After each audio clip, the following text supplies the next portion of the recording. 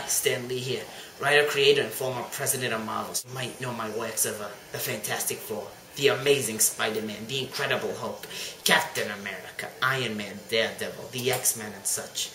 I was born Stanley Martin Lieber in New York City on December 28, 1922.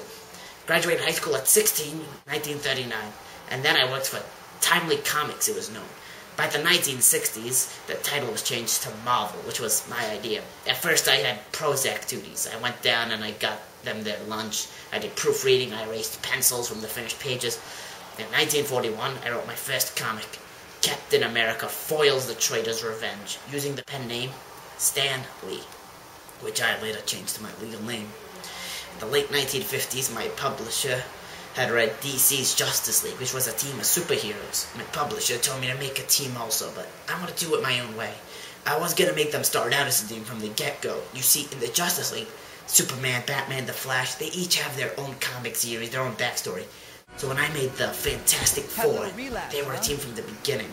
I always wanted to do it my own way, so I did. In the past decade, 2 Fantastic Four movies were made. In my comics, I like to reflect real life. Once, the U.S. government Department of Health asked me to do some comics that reflected the issue of drugs. So there was a 3-comic series in which a friend of Spider-Man gets addicted to some pills. When I read comic books as a kid, I felt the heroes being one-dimensional. They had no backstory, no depth. Superheroes are people too. They have problems, love life, pimples. And so I made sure I incorporated that with my heroes. 1962. Amazing Fantasy number 15. I wrote the story of Spider-Man, Marvel's most successful character, which has created 3 movies and a reboot in the making, which brought on the saying, with great power comes great responsibility.